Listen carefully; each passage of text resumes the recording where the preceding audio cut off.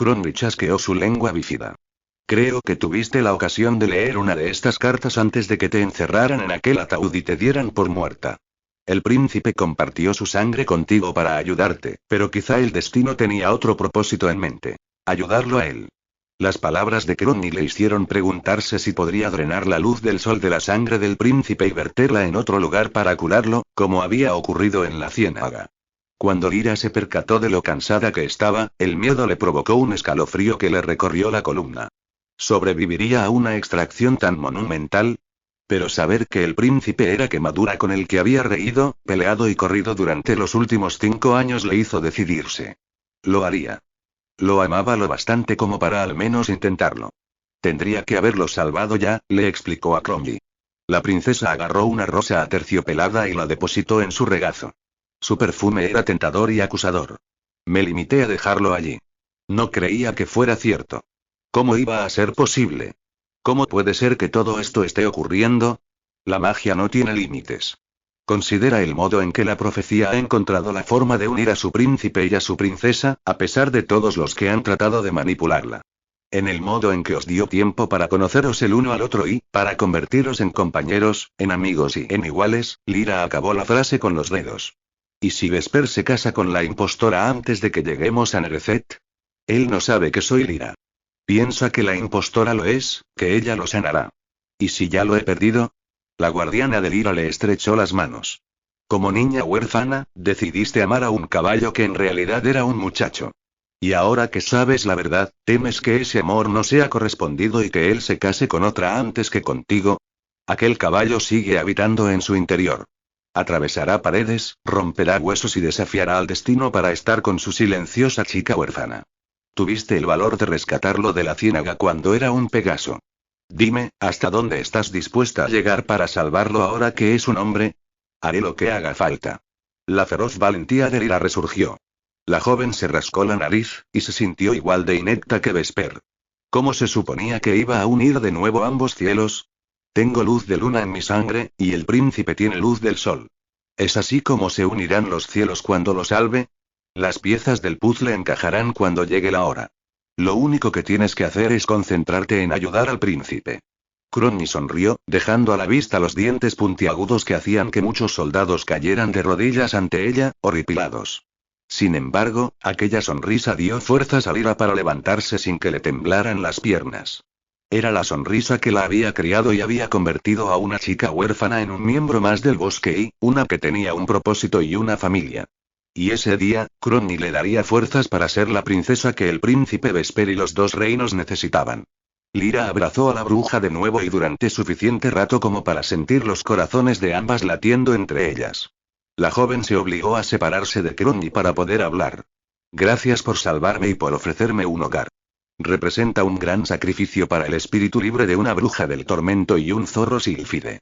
Para nada, es todo un honor, pequeña. Agarró la barbilla de Lyra con sus dedos ásperos. Ve con la cabeza bien alta, como la princesa que eres.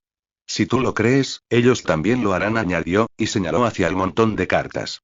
Ahora, descubre la versión del corazón de tu bestia de la mano del príncipe. Después, acicálate y prepárate.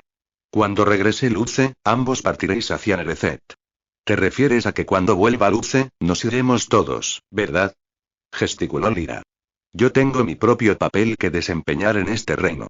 La bruja se dirigió a una de las estanterías que decoraban las paredes para observar algunos de los tarros que había en ellas.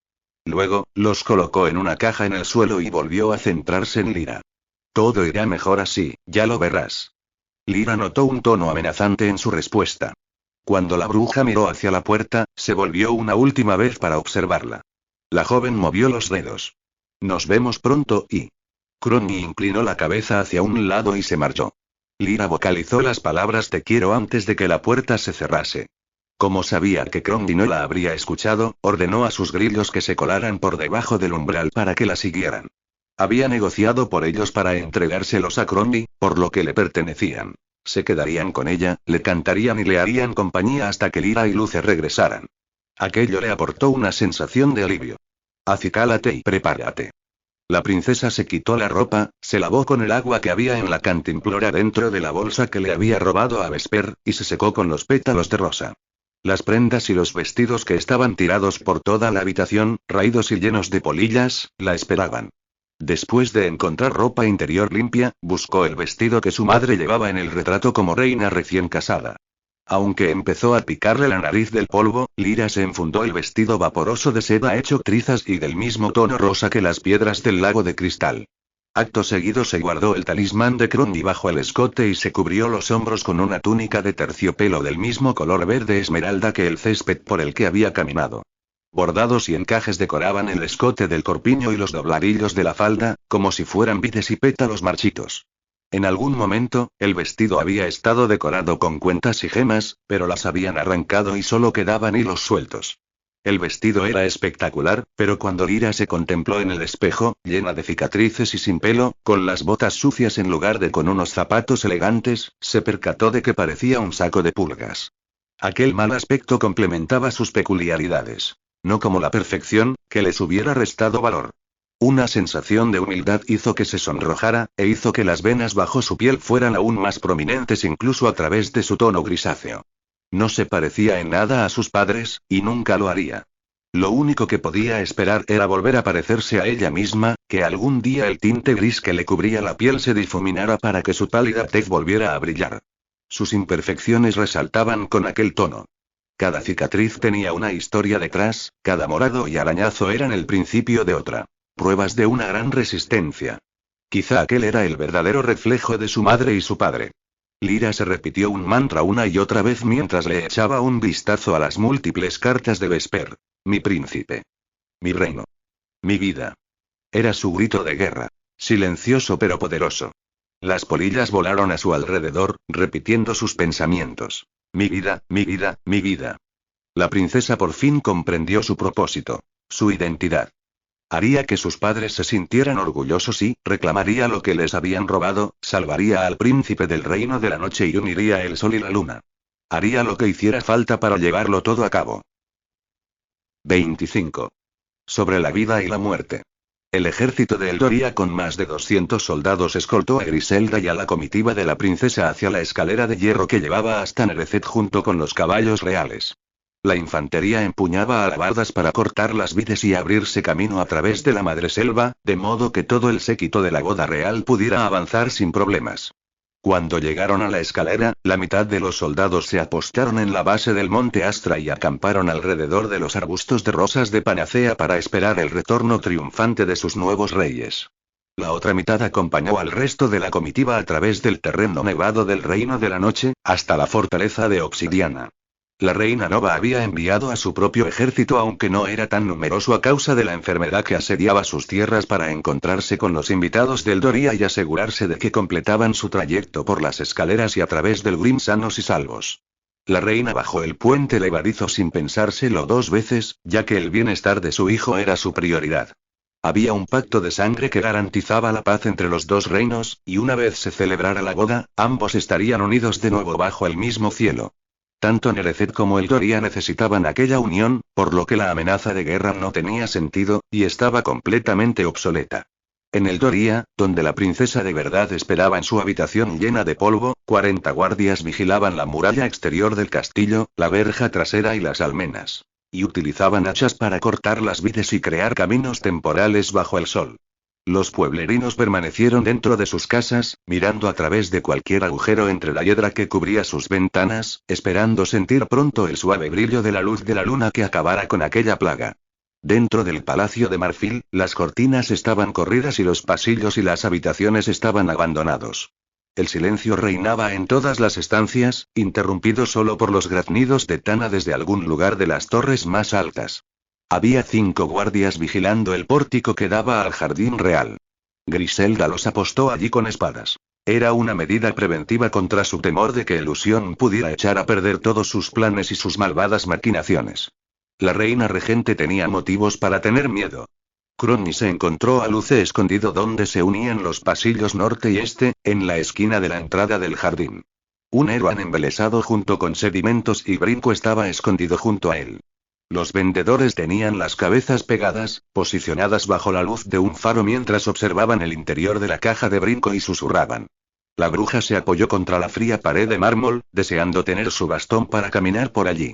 Aquellas manillas y cadenas habían hecho que sus ancianos huesos se quedaran rígidos.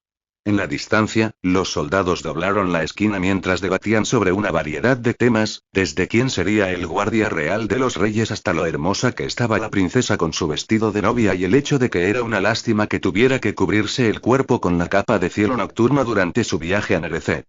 Cuando un graznido inquietante resonó por los cielos, los hombres se preguntaron por qué el cuervo de la hechicera del reino de la noche seguía frecuentando el castillo. No había manera de que fueran conscientes de lo que Cromny sabía. Que el pájaro estaba buscándola a ella. Llamaría a la bestia de un solo ojo ella misma, cuando llegara el momento. ¿Cuál es el plan? Le susurró a Luce. Le habría ofrecido encantar el cerebro de los soldados con un hechizo de pesadillas, pero a su débil cuerpo no le quedaban tantas fuerzas como para intentarlo de nuevo. Luce se inclinó hacia adelante y señaló la capucha con las orejas alargadas de Brinco. Nuestro conejo personal hará que los guardias salgan corriendo para perseguirlo. Erwan nos ha contado que la prioridad de los soldados es asegurarse de que el castillo permanezca inmaculado hasta que la reina regente regrese. No quiere que haya ningún tipo de plaga. Obviamente, estoy incluido en su lista de parásitos. Así que los distraemos y luego entramos. Luce negó con la cabeza. Nuestro soldado inútil no tiene la llave para acceder a los jardines. Luce observó a Erwan fijamente, que apenas podía aguantarse en pie y que perdía y recuperaba la consciencia constantemente. El sílfide lo apoyó contra la pared. La luz de las velas le iluminaba el rostro manchado de barro y sangre. Sedimentos tendrá que utilizar las zapatillas para llegar hasta la ventana, añadió Luce. El sílfide y la bruja se asomaron por la esquina para observar la ventana de cristal que había sobre la puerta, por donde entraban los rayos del sol. Con un buen empujón, se abriría del todo y dejaría que la brisa fresca entrara en el castillo. Cromny frunció el ceño y volvió a esconderse en el pasillo adyacente. Es muy pequeña. Ni siquiera un duende cabría por ahí. No, pero un zorro sí. Sedimentos me subirá, y luego me colaré y abriré la puerta desde el otro lado. Hay espinas de madreselva. Luce se encogió de hombros. Erwan dijo que abrieron un camino para la reina regente hace unos días. Dudo que aún haya crecido del todo otra vez. Y si lo ha hecho, tampoco es un mal mayor. Si una niña puede enfrentarse a un ataúd lleno de arbustos cadáver y escorpiones, yo puedo soportar unas cuantas espinas en mi pelaje. Espinas del tamaño de agujas. Cromny se volvió y vio la hilera de grillos que la seguían. Es una pena que estas pequeñas criaturas no sepan abrir puertas como las sombras, ¿no crees? Luce esbozó una sonrisa. ¿Por qué te siguen? La bruja contuvo la sonrisa. Aunque Luce se había acostumbrado a sus espantosas expresiones, Sedimentos y Brinco no las toleraban. Y si Erwan las presenciara, quizás se asustaría tanto que saldría de aquel trance. Nuestra chica ha decidido que necesito mis propios escoltas. La sonrisa de Luce se volvió encantadora. La nueva adquisición del Doria será una pérdida para nosotros. Cromny bajó la cabeza. Los cuernos le pesaban más de lo que le hubiera gustado admitir. O quizá era su corazón. Nunca pensé que vería el día en que nos pondríamos nostálgicos sobre nuestros años como padres. Habla por ti, contestó Luce, que se levantó y se alisó la camisa. Yo no soy padre. Soy más bien un tío encantador. Brinco y Sedimentos alzaron la vista para observar a Luce, y se rieron con disimulo. El sílfide gruñó. ¿De qué os reís? ¿Es que nunca habéis visto lo que un zorro puede hacerle a un conejo? Brinco se tapó los bigotes con una mano. A Cromny se le escapó un bufido. No te enfades, Cucho. O sabrán cuál es tu punto débil para chincharte.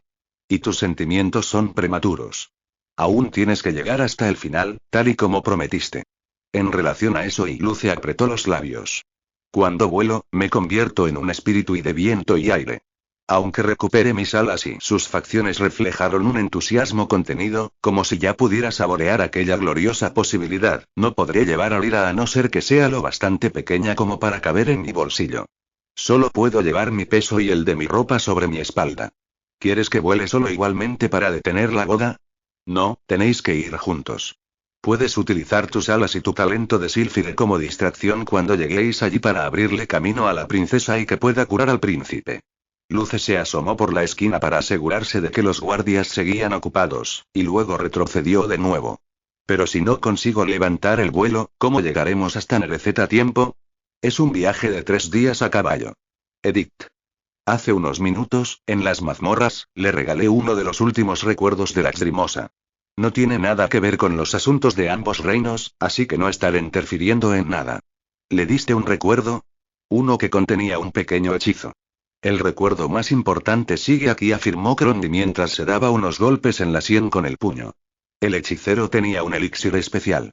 Se basa en el lugar donde está el sujeto y te transporta allí en cuestión de segundos, siempre y cuando tengas una muestra de dicho sujeto para añadir a la mezcla. He preparado los ingredientes necesarios, y tiene la sangre del príncipe en las cartas. Ahora mismo, Edith está en el túnel con nuestra princesa, preparándolo todo. Estará lista para cuando llegues. Los ojos naranjas de Luce brillaron. ¿Así que le contaste a Edith todo? ¿Que el túnel, la salida y aquella habitación eran tuyas? Sabe todo cuanto necesita saber. Crony sintió una oleada de nostalgia. Echaba de menos utilizar su magia para la familia real y para hacer el bien. Si hubiera podido escoger, ella misma habría llevado a Lyra hasta el trono.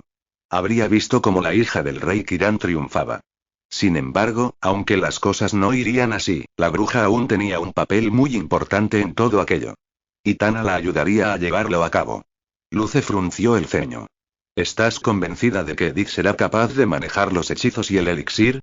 ¿Qué pasa si nos convierte en sapos por accidente? Luce se acarició la frente con el pulgar.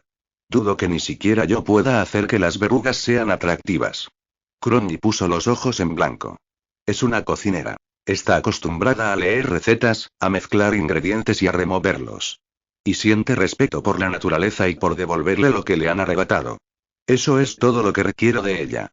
De hecho, cuando acabemos con todo esto, asegúrate de que recibe mi grimorío. Ahora es todo suyo. Espera, y las facciones de su compañero adoptaron un gesto canino. Una mezcla salvaje entre cautela y sospecha. ¿Estás insinuando que Edith será tu sucesora?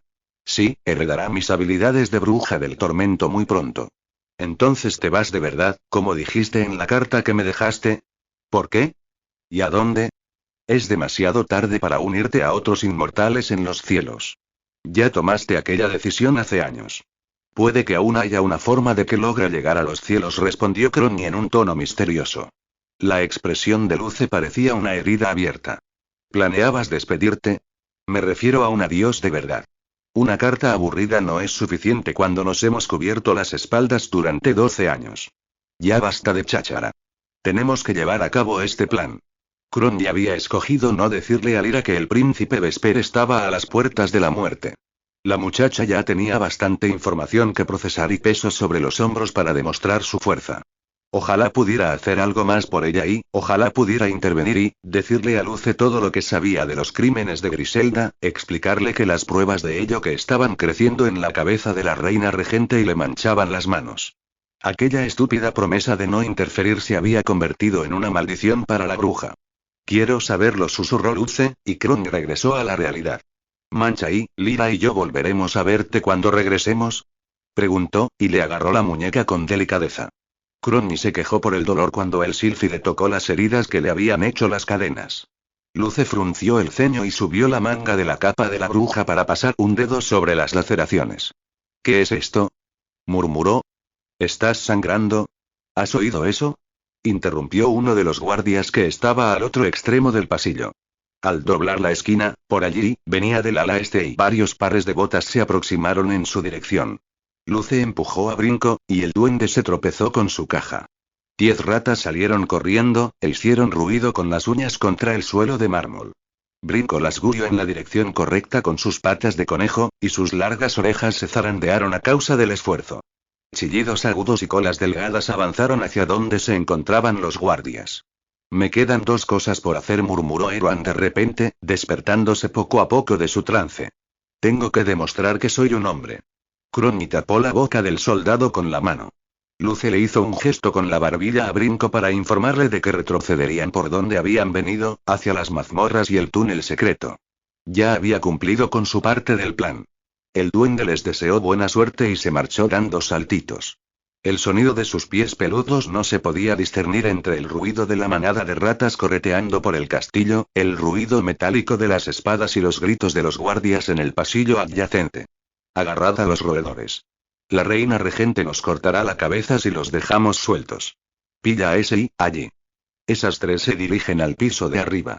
Si llegan a la habitación de Griselda nos hará picadillo y hará un pastel de carne con nuestros restos. Tengo a una. ¡Ay! Me ha mordido. No, va hacia la cocina. Dividámonos. 5 pares de botas se alejaron hacia las escaleras para dirigirse a los pisos de arriba y abajo. Ecos vacíos resonaron por todo el castillo. Luce se volvió hacia Crombie de nuevo, con una expresión de preocupación y el ceño fruncido. El príncipe se está muriendo, Luce. Está inconsciente para aguantar con vida hasta que puedan curarle la maldición. Y la otra mitad de su alma es quemadura, el querido amigo de nuestra chica. Nunca nos perdonaría si le arrebatamos la oportunidad de salvarlo. El sílfide se quedó con boquiabierto. ¿La mula voladora y es un príncipe? El príncipe, corrigió Crombie. Luce se sorprendió más de lo que la bruja jamás había visto. El sílfide miró a Erwan, que seguía murmurando cosas sobre ser un hombre de verdad. Crombie asintió. Una confirmación silenciosa de que tenía al soldado controlado. Luce se transformó en un zorro, se deshizo de la nube de purpurina que se le pegó en los bigotes y el morro, y salió trotando detrás de Sedimentos, arrastrando la cola. El duende se detuvo delante de la puerta, gimió mientras cogía en brazos a Luce y dio 7 pisotones para activar sus zapatillas pedestales. Ambos se alzaron hasta que el rostro del duende estuvo cara a cara con la ventana. Después, Sedimentos colocó al zorro sobre su hombro como si fuera un niño pequeño, y empujó el cristal hasta que se abrió y un aroma dulce y empalagoso de madreselva les invadió las fosas nasales. Luce dio media vuelta para que sus patas delanteras colgaran por el marco de la ventana, y se metió por ella. Lo último que se le vio antes de caer en el jardín fue la punta blanca de la cola. Crombie hizo una mueca cuando oyó los gemidos de dolor del zorro. Estaba segura de que había aterrizado sobre una espina o 20. La bruja no apartó la mirada de la ventana. Poco después, vio una nube de purpurina y humo rojo, y suspiró, aliviada. Sedimentos regresó a su tamaño original y se dirigió hacia las escaleras para buscar a su primo, derretido. Cuando pasó junto a Crombie, el duende asintió. La bruja hizo lo mismo para darle las gracias antes de que desapareciera tras una esquina. La puerta que llevaba al jardín se abrió de par en par, y reveló la luz del sol que se filtraba a través de un túnel espeso de vides espinosas, junto con el zumbido constante de las abejas. Luce, que estaba arrancándose varias espinas que se le habían clavado en las mangas de la camisa y en los pantalones, le hizo un gesto a Crombie para que entrara. La bruja agarró a Erwan de los hombros y lo arrastró con ella hacia el umbral, con los grillos de lira pisándoles los talones. Luce cerró la puerta y la bloqueó con varias vides sueltas para evitar que los guardias entraran si regresaban. Luego, se colocó al final de la comitiva, con cuidado de no pisar a los insectos. A izquierda y derecha, y sobre ellos, vides, cardos y flores rosas del tamaño de coles cubrían bancos de hierro, fuentes secas y una variedad de plantas. Los escasos capullos tristes de las caléndulas, los heliotropos y las gardenias se retorcían de un modo extraño, subsistiendo con la poca luz que lograban encontrar. Las abejas, demasiado ocupadas como para distraerse con los intrusos, siguieron extrayendo el néctar de las flores. Era difícil respirar aquel aire dulce mientras Crombie empujaba a Erwan hacia adelante, donde las vides dejaban a la vista un camino sinuoso que llevaba directamente hacia el olmo, que se erguía bien alto en medio del jardín. Es la cosa más bonita que he visto jamás, dijo Luce detrás de la bruja, refiriéndose al árbol que tenían a meros metros de distancia y cuya copa había adoptado un intenso color amarillo. En las ramas más bajas, a la derecha, había 2 hojas rojas al alcance de cualquiera que se colocara junto al tronco. Se balanceaban como si una suave brisa las estuviera acariciando, aunque el viento no podía penetrar la madreselva que las rodeaba. Luce estrechó el hombro de Crombie. Me están llamando. He estado esperando este momento tanto tiempo y susurró. Es cierto, contestó la bruja, y dejó a Erwan para dar unas pequeñas palmadas sobre la mano de Luce. Como si el soldado hubiera estado esperando aquella distracción, se abalanzó hacia adelante mientras se metía la mano en el bolsillo de la capa. Me quedan 2 cosas por hacer, dijo, perfectamente consciente. Quemar el árbol. Acto seguido, sacó del bolsillo un orbe del tamaño de una cánica, que brillaba con una luz turquesa parpadeante. Antes de que Crombie pudiera arrebatárselo, el soldado lo lanzó hacia el árbol. La bola golpeó el tronco y estalló en llamas. Instantáneamente, un fuego turquesa, rosa y blanco prendió el árbol, y se extendió de una hoja a la otra, consumiendo la copa del olmo demasiado rápido para ser un fuego normal. Las alas de Luce se movieron, tratando de liberarse de las ramas a las que estaban amarradas. No. exclamó el sílfide, que apartó a Crony hacia un lado y se tambaleó hasta el árbol. Matar a la bruja, susurró el soldado. Sacó una daga de su bota y se abalanzó sobre Crony. Luce apartó la vista del olmo en llamas. Con un gruñido, saltó entre Crony y el soldado. Los dos cayeron al suelo y rodaron en una nube de pelo rojo, una capa hecha trizas y una brillante daga plateada. Gruñendo, Luce fue más rápido, agarró una rama cubierta de espinas y la enredó en el cuello del soldado. Luego apretó el nudo mientras Evan trataba de tomar aire con los ojos abiertos como platos. Crony se dirigió al árbol. Había brasas en el borde de las alas de Luce. Su amigo le gritó que se detuviera cuando avanzó hacia el tronco cubierto en llamas. El fuego le quemó la piel áspera, y le dejó ampollas. El calor le chamuscó el pelo y los cuernos, y le prendió la capa. Sus párpados transparentes no le ofrecieron ningún alivio de aquella luz tan intensa. La bruja, que no podía ver con claridad, alargó el brazo y trató de agarrar todas las hojas que estaban a su alcance, esperando liberar las alas del sílfide. Una ráfaga de viento la azotó, y la bruja cayó al suelo, ciega y consumida por la agonía. El sonido de unas alas cedió el paso al crujido de un cuello rompiéndose y luego al grito exultante de Luce. Aunque Crony no podía ver nada, sabía que las alas habían encontrado a su dueño. Poco después, las llamas se disiparon y el fuego se consumió solo. El humo de la madera quemada se mezcló con el perfume de la madreselva. A la bruja le dolía todo el cuerpo y, como si las llamas aún estuvieran atacándola. Trató de moverse, pero no fue capaz. Nunca había sabido lo abrumador y debilitante que podía ser el dolor. Al otro lado de sus ojos ciegos, Luce se arrodilló cerca de ella, y sus gritos de victoria se convirtieron en sollozos. ¿Por qué? El fuego estaba encantado, extraído del sol y nada podría haberlo detenido excepto la más pura luz de la luna. Ni tú ni yo la poseemos. Sabes que no es a lo que me refiero. ¿En qué estabas pensando? Me escogiste a mí antes que a tus alas, susurró Crony. Aquellas palabras le secaron la garganta. Porque ya no eres inmortal, estúpido pájaro viejo. Estaba intentando salvarte, y has hecho todo esto para nada. La bruja le buscó el rostro con la mano, y suspiró cuando sintió las caricias de unas alas etéreas sobre el hombro. No. Tomaste una decisión altruista y el destino te ha recompensado. Ya no soy inmortal, pero tú nunca envejecerás. Se suponía que ambos seríamos recompensados. Empezamos como compañeros, ¿lo recuerdas? Al otro lado del vacío negro, Crony oyó como Luce se quitaba la chaqueta. Su cuerpo desnudo tembló mientras la prenda del sílfide le cubría la piel quemada y llena de ampollas. Dime cómo puedo ayudarte.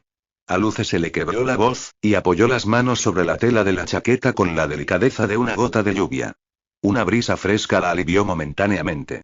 Luce había adoptado su forma celestial, seguramente porque temía que su fuerza humana le causara más daño a la bruja. Vea por nuestra princesa, murmuró Crony, y se le tensó la garganta cuando se esforzó por seguir respirando. Acaba con todo esto para que tenga la vida para la que nació. ¿Esperas que me marche sin más? Una ráfaga de viento más fuerte le azotó el cuerpo. ¿Qué se supone que le diré cuando me pregunte por ti?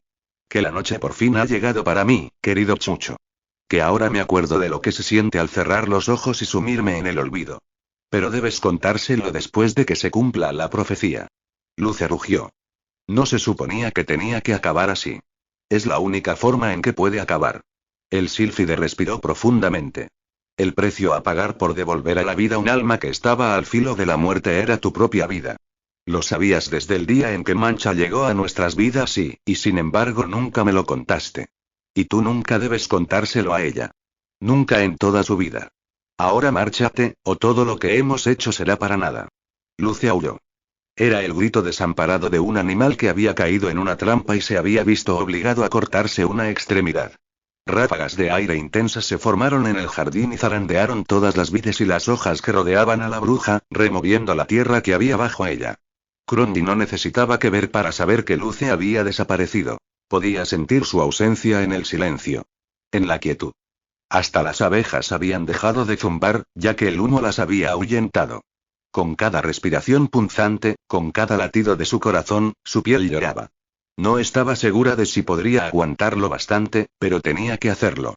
A sus orejas chamuscadas llegó una canción alegre. Grillos. Crony sonrió como si aún le quedaran labios. Una vez se dijo a sí misma que todo merecería la pena si podía escuchar la música de aquellas criaturas en la oscuridad una vez más antes de tomar su último aliento. La pequeña mancha lo había hecho posible. Gracias, pequeña. Cumple con tu deber y yo cumpliré con el mío. El canto de los grillos consoló el corazón de la bruja y le dio fuerzas para concentrarse en Tanaí, y llamó al pájaro con su voz rota y áspera. Segundos después, el graznido del cuervo le respondió, junto con el batir de sus alas. Cuando aterrizó a su lado, picoteó la chaqueta que le cubría el pecho. Tranquila, bestia miserable. La lengua de la bruja sabía a humo y néctar. Avisa a tu dueña. Dile que no me he entrometido.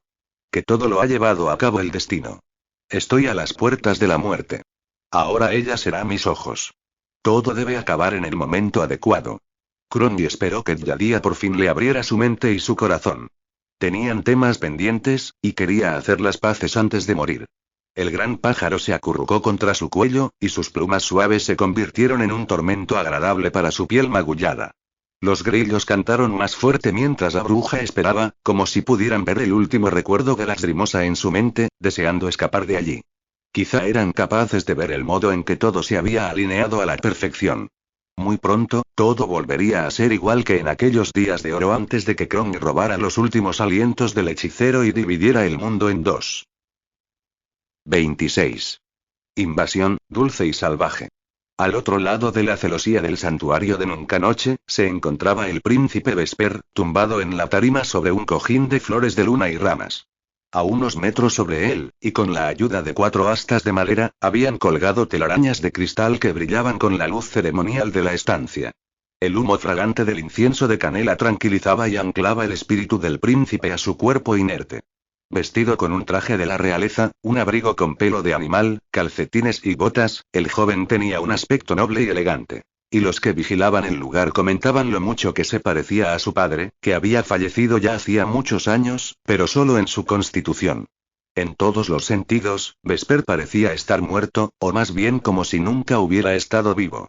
Se parecía más bien a un tributo semejante a la estrella dorada de la noche de Nerecé desde sus pies hasta sus labios. Si no fuera por la piel que aún se vislumbraba entre sus cejas y su nariz, que aún no había sucumbido a la maldición del príncipe gracias al hechizo de Yadia, no habría ninguna esperanza de que Vesper regresara a la vida. Por lo tanto, lo único que tenía Nerecet era esperanza, e incluso aquellos que alguna vez no apoyaron al príncipe, rezaban por que se recuperara. Ya no podían negar sus sacrificios, empezando por aquel primer trago de luz solar. Por muy impulsiva que hubiera sido aquella acción, un futuro monarca la había llevado a cabo. Un rey que algún día amaría a su pueblo incluso más que a él mismo. Una gran multitud se congregó a las puertas del santuario en cuanto el príncipe llegó a casa, y los nerecedinos de todas las edades rezaban a las estrellas para que protegieran su salud. Los últimos 70 pueblerinos que habían ido a ver al príncipe acababan de salir del templo. Ahora, no había nadie del arboreto, aparte de los 2 soldados de confianza de Vesper, el capitán Ciprián y Lord Tybalt, que vigilaba la entrada. Un regimiento de 5 soldados estaban apostados en la verja del terreno de Nunca Noche, esperando en mitad de la nieve y del viento congelado para escoltar a la princesa de Eldoria hasta aquel impresionante mundo de luz manufacturada y botánica. Su comitiva había llegado al castillo de obsidiana hacía una media hora, donde Lady Lyra había deleitado a todo el mundo con su capacidad de hablar, ya que había aprendido a moldear las palabras y las frases con su voz de pájaro cantor mientras había estado recluida en las mazmorras durante todos aquellos años. El primer ministro Albous era quien se sorprendió más. Cuando trató de felicitarla en el antiguo idioma de signos, la reina regente Griselda lo apartó de la princesa rápidamente. Después, solicitó su ayuda mientras sus 2 hijas y ella se dirigían a la sala del trono para supervisar el posicionamiento de los colores del Doria alrededor de la tarima preparada para la coronación. Mientras tanto, Selena, junto a media docena de guardias de Nerecet y soldados del Doria, escoltaron a Lady Lyra hacia el santuario, donde Madame Yadia planeaba encontrarse con ellos en breves momentos para despertar al príncipe. En cuanto entraron al arboreto, Selena y los guardias de la noche se quitaron sus abrigos de piel, acostumbrados a la temperatura agradable de los jardines y los prados iluminados con una suave luz dorada y violeta. Los huéspedes del Doria se detuvieron a admirar el paisaje. El follaje colorido y fragante se extendía a lo largo de varios kilómetros en todas las direcciones, interrumpido solo por los edificios de madera y el alambre de la pajarera de Grajillas, donde los pájaros y los caballos reales con su pelaje y plumas teñidos de un violeta tenue comían, entrenados, y se paseaban en sus recintos. En un prado en la distancia, los caballos del Doria pastaban tranquilamente. La atmósfera primaveral hizo que la princesa de Eldoria permaneciera dentro de su traje de cielo nocturno, ya que desconfiaba de las luciérnagas que flotaban a unos metros de distancia, alimentadas con la misma mezcla de polen y sol que había maldecido al príncipe. La joven había aprendido a interpretar su papel muy bien. Bajo la supervisión de su madre, la muchacha debía guardado a sus sombras en una bolsa que ahora la esperaba en la habitación de invitados, ya que aunque los duendes podían fingir esconderse de la luz, no desaparecían bajo el sol igual que las sombras de verdad. Selena guió a la comitiva a través del camino sinuoso y el puente, sin saber de que los pies que estaban caminando a su lado sobre las piedras encantadas y el riachuelo no eran los de la princesa de verdad y desconocedora de que la tez pálida, el pelo plateado y la voz de pájaro cantor pertenecían a otra muchacha que estaba a punto de llegar. En el Doria, dentro de una humilde habitación llena de polvo que pertenecía a una bruja igual de humilde, Luce regresó, esta vez en su forma etérea, translúcida e intocable. Mientras Edith completaba el elixir, el sílfide se movió de un lado para otro, negándose a permitir que Lyra lo acorralara. Cada vez que la joven preguntaba dónde estaba Cromby, Luce daba más vueltas por la habitación. Cuando Edith terminó, el sílfide por fin se materializó con sus alas rojas a la espalda. Lyra tocó las suaves plumas, y sus dedos se desvanecieron y aparecieron al otro lado de ellas, como si las alas fueran un espejismo. Eran hermosas, pero en lugar de sentirse eufórico por haberlas recuperado, su guardián se mostraba estoico, y sus ojos y sus facciones inmortales reflejaban una expresión trágica. Lyra alzó las manos y empezó a gesticular. Vuelves a ser una criatura de los cielos. Este tendría que ser uno de los mejores momentos de tu vida. Luce tensó la mandíbula, tratando de controlar sus emociones, como siempre hacía. Cromby renunció a algo muy preciado a cambio de recuperar mis alas. ¿A qué renunció? Preguntó Lyra, pero el sílfide no le respondió. El silencio de Luce le dolió tanto en el corazón, que Lyra se abrazó a él hasta que se le relajaron los músculos y, hasta que Dick trajo 2 viales llenos de un líquido ambarino que echaba humo, que olía igual de fuerte que el óxido y que era igual de salado que el mar. Antes de beberse el contenido, Lyra hizo una promesa. Como reina del Doria, utilizaré los recursos que tenga en mis manos para recuperar lo que sea que perdió Cromby. Ella me rescató y me cuidó como una madre. Tú y yo tendremos todo el tiempo del mundo para demostrarle nuestra gratitud. Vivirá más que todos nosotros. Encuentra consuelo en ese hecho. Luce se limitó a brindar su vial con el de la joven y le dijo que bebiera en honor a su éxito. La muchacha se tragó el elixir mágico a la vez que su guardián sílfide mientras ambos se agarraban de la mano que tenían libre. Antes de que le diera tiempo a parpadear, Lyra se disipó en miles de partículas, como si estuviera hecha de mariposas, hojas y dientes de león. Todas las cosas que flotaban en el viento, ligeras y sin preocupaciones. Un viento helado siguió a una ráfaga de brisa cálida. Cuando la princesa se recompuso, ella y Luce aparecieron en una cúpula de celosía que brillaba con arañas blancas brillantes que correteaban por el suelo o colgaban del techo en sus telarañas. Aunque Luce aún tenía colgada del hombro la bolsa que contenía aquellas cajas misteriosas, Lyra buscó las asas de su bolso para garantizar que sus tesoros habían llegado a su destino a salvo. Los dos se habían materializado detrás de una bandera de Nevezet. Había un emblema con costuras plateadas que se transparentaba por detrás de la tela negra. Una gran estrella junto a una luna creciente y 3 estrellas más pequeñas.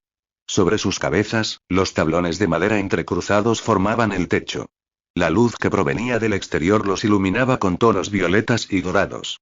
La princesa dedicó una mirada de agradecimiento a Luce, que aún tenía una mueca dibujada en el rostro a causa del sabor metálico y amargo que se le había quedado en la lengua y que hacía que le picara la garganta. El sílfide había insistido en que Lyra llevara su traje de medianoche para protegerse, por si aparecían en medio de una zarza espinosa. Considerando la suave luz que le calentaba el rostro a través de la capucha igual que el sol sobre el lago de cristal, cubrirse la piel había sido una buena idea. Entre la celosía que estaba detrás de ellos se vislumbraban prados y jardines. Una brisa floral entró en la estancia, tiró del borde de su capa, y transportó hasta la princesa el sonido de pájaros, caballos, ganado, cascadas y fuentes. Su corazón y sus sentidos estaban alerta, saboreando aquel nuevo sabor que la rodeaba. Era hermoso. Cientos de luciérnagas danzaban por el aire como polillas brillantes por el techo y fuera, y a Lyra le recordaron al baile que Quemadura y ella compartieron hacía mucho tiempo bajo una lluvia de brasas. Aunque, en realidad, había estado bailando con el príncipe y, su prometido, y ninguno de los dos lo sabía. La princesa esperaba tener la oportunidad de revivir aquel momento. Una punzada de dolor le recorrió el cuerpo entero, como el repiqueteo de una campana. Lyra trató de orientarse. Las luciérnagas eran insectos, no chispas de fuego que habían salido volando de la crin de un Pegaso. Había leído sobre el arboreto en una de las cartas del príncipe que leyó antes, mientras esperaba a que Luce regresara. Vesper explicaba en ella el modo en que aquella falsa luz del día alimentaba las flores primaverales y la cosecha del otoño, y evitaba que algunos nerecedinos se enfermaran. Lyra no esperaba aterrizar en aquel lugar, dentro de una cúpula de celosía. ¿Dónde está el príncipe?, preguntó a Luce. Sus manos se quedaron heladas en el aire cuando la brisa movió la bandera y reveló la tarima que había en el centro de la estancia. Lyra apartó a Luce hacia un lado para verlo mejor. No. Se le entrecortó la respiración. El príncipe se había convertido prácticamente en una estatua, y estaba tumbado sobre un lecho de ramas y pétalos. Pero no era él. No del todo. Como príncipe y Pegaso, era una persona leal, atenta, sabia e inteligente. Verlo así de silencioso y, tan inmóvil, y a Lyra se le encogió el corazón y le entraron ganas de llorar. Un faro iluminó el dibujo celestial de su rostro dorado. Mejillas angulosas, labios carnosos y una mandíbula marcada. El resplandor de las brillantes estrellas se atenuó a medida que alumbraba la piel oscura, suave y flexible de su frente y nariz. La princesa volvió a sentirse culpable cuando se percató de lo que había visto en la ciénaga de luz de luna. El destello que resplandecía bajo las trizas de su camisa era su pecho, rindiéndose ante la sangre infectada. Su corazón y sus pulmones seguramente estarían en la misma situación. Si Lyra se hubiera quedado a su lado, nunca habría sucedido todo aquello. A Lyra le escocieron los ojos. Dio un paso hacia adelante, y apartó la bandera hacia un lado para llegar hasta él. Para tocarle la nariz y buscar el aliento cálido de su respiración. Una ráfaga de viento la empujó hacia atrás y la cubrió con un tablón de madera. Escóndete, susurró Luce contra su oído. No tenemos tiempo. Gritó Lyra con sus manos. Pero Luce ya había abandonado su bolsa en el suelo, al lado de los pies de la muchacha, y había adoptado su forma etérea. Puede que Vesper esté a escasos segundos de la muerte, y tú estás revoloteando como si fueras una brisa veraniega. No está a punto de morirse. Está bajo un hechizo de preservación. Aunque la explicación le dio esperanzas, Lyra tuvo que obligarse a esperar, a permitir que el sílfide pensara estratégicamente por ella, ya que la joven estaba abrumada por sus emociones. La princesa entrecerró los ojos para intentar seguir los movimientos de su cómplice. Era como presenciar la atmósfera. Aquella combinación de luz y agua que hacía que la luz que entraba entre los listones de madera creara un tenue arco iris. Pero aquel arco iris tenía la forma de un hombre que era prácticamente discernible, excepto para los que sabían buscar la vida en los lugares más recónditos. No hagas ruido. La voz persuasiva de Luce provino desde arriba, indicándole que su compañero estaba revoloteando por el techo abovedado. Las luciérnagas se alejaron de él. Estás a punto de tener compañía. A través de los agujeros que había entre los tablones, Lyra vislumbró a dos mujeres escoltadas por dos guardias junto con algunos asistentes a pocos pasos de la entrada. Reconoció a la hermana de Vesper y a la impostora que se hacía pasar por ella, a juzgar por el traje de cielo nocturno que le cubría el vestido de encaje. Una cola larga y vaporosa con perlas y gemas incrustadas se asomaba bajo el borde de la capa. Solo una princesa vestida de novia llevaría algo tan brillante y espléndido. Lyra se acordó de los harapos que llevaba bajo su propia capa. Aquella era la prima que había formado parte de la conspiración para matarla y robarle el trono, poniendo en riesgo su reino y el de Vesper, sin mencionar la vida del propio príncipe. Lustacia. El nombre tenía un sabor amargo. Su cuerpo entero tembló, impaciente por enfrentarse a ella. Sin embargo, ¿cómo se enfrentaba uno a su pasado sin ningún recuerdo sobre el que basarse? Lyra ni siquiera podía imaginarse la cara de su rival. Era imposible ver con claridad a través de la tela de cielo nocturno, ya que era como una máscara. Lustacia y Selena estaban hablando como si fueran viejas amigas. Lyra se preguntó si Vesper había compartido con ella fragmentos de las cartas que su prima le había escrito en su nombre. Se moría de ganas por sacar a la luz todas aquellas mentiras. Su prima se merecía todo lo que Eruan había sufrido antes y más. La calidez de la ira le ruborizó las mejillas, y un conjunto de sombras que nunca había visto, las que oscurecían el borde de la plataforma donde se encontraba el príncipe, se acercó más a ella, con cuidado de no exponerse directamente a la luz. Aún no, murmuró Luce desde arriba. Su presencia aérea hizo que algunas telarañas e insectos se movieran. No queremos llamar la atención hasta que hayas curado a tu mula. Y príncipe se corrigió de inmediato al oír el gruñido de Lyra. Vence su maldición, y nadie podrá negar que formas parte de su destino y que eres la verdadera heredera del Doria. Debemos tener una prueba irrefutable para que nadie pueda contrarrestarla con las características proféticas que posee tu prima. Las que a ti te faltan. Las que ya han visto y oído en ella. Las que robó, añadió Lyra con los dedos. Con la mandíbula tensa, la muchacha ordenó a las sombras que se sentaran y, que esperasen, y éstas se encogieron obedientemente. Luce se marchó hacia afuera, y rodeó a Selena y Lustacia como una ráfaga de viento antes de regresar. Tu impostora anhela caminar entre las flores salvajes, le susurró su compañero invisible, tan cerca de ella que su aliento hizo que la tela de cielo nocturno se pegara a su cara. Como tú, ha permanecido escondida durante tanto tiempo que echaba de menos estar al aire libre y visitar los jardines del castillo de Eldoria. La convenceré para que vaya a recolectar un ramo entero y haré que la comitiva que la acompaña la siga para garantizar su protección. Aún así, siento que su deseo de ver al príncipe es mayor que su necesidad por oler las flores frescas, así que no estoy seguro de cuánto durará el efecto. Te conseguiré todo el tiempo que pueda. Con aquello, el sílfide se marchó de nuevo. El viento revoloteó las túnicas, las capas y los abrigos de todo el séquito que acompañaba a la falsa princesa, y todos se desviaron hacia la izquierda, donde crecían flores rojas, amarillas y azules en la distancia, bajo un conjunto de olmos. En cuanto le dieron la espalda a Lyra, la joven salió de su escondite. Poco a poco, se abrió camino entre las arañas y les pidió a las sombras que se vigilaran. Con el pulso acelerado, Lyra dio un paso hacia adelante, temiendo la quemadura y el dolor que le esperaba a su piel y a su sangre y, más asustada de lo que lo había estado nunca, incluso más que cuando se despertó tras haber perdido su identidad y se adentró en una ciénaga para rescatar a un caballo alado. La tarima le llegaba a la altura de la cintura. La princesa se arrodilló y las manos le temblaron cuando sostuvo el pulgar delante de la nariz del príncipe. En el momento en que el cálido aliento del príncipe le rozó los dedos, la joven suspiró, aliviada. Bajó la mano para deshacer los enredos de los mechones de pelo que se extendían alrededor de la cabeza de Vesper.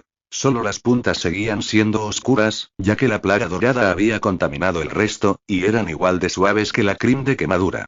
«Vesperi, ¿me oyes?», preguntó Lyra mentalmente. No hubo respuesta. La princesa había leído varias cartas en el túnel, y el respeto que sentía por el cuerpo humano del príncipe había aumentado. El joven describía a su familia y a su pueblo con ternura. Sufría por aquellos que habían enfermado, especialmente los niños. Amaba su mundo y las criaturas que habitaban en él, desde el grillo más pequeño pasando por los ciervos de la bruma que estaban encantados de compartir sus pensamientos y vigilar las fronteras escondidas, hasta su caballo Lante, un regalo de su padre. Y las esperanzas que tenía de que Nerecet y Eldoria convivieran en paz en cuanto se unieran bajo el mismo cielo. Todo aquello, junto con sus poéticos sueños sobre un futuro con su esposa, y eran muchas facetas para un hombre con solo medio corazón. Ahora que estaba completo, Lyra imaginaba su capacidad para amar, razonar y gobernar. Podía enseñarle a la princesa tantas cosas sobre cómo ser un buen soberano pero antes que nada, debía estar vivo. «Sé quién eres», dijo Lyra en otro intento para comunicarse mentalmente con él. «Te he mirado con mi corazón, y te he visto. Y sé quién soy yo, pero tú no. Soy la verdadera princesa Lyra. En cuanto te despiertes, todo tendrá más lógica. Por ahora, solo quiero que sepas que estoy luchando por ti, y que debes luchar para vivir, no importa lo mucho que te duela esto. No sé qué sucederá y cómo se unirán el sol y la luna ni lo que supondrá para nosotros. Pero pretendo sobrevivir, y tú también debes hacerlo. Por tu pueblo y tu familia. Y por aquella niña huérfana que adoraba a su Pegaso y que echa de menos pelearse con él. ¿Lo harás?». Las pestañas doradas del príncipe temblaron, y sus ojos se movieron bajo aquellos párpados metálicos. Sus cejas expresivas, que acompañaban sus palabras, eran prácticamente tan pálidas como sus pestañas y su pelo. Aquella era la única respuesta que Lyra conseguiría, y tendría que bastarle.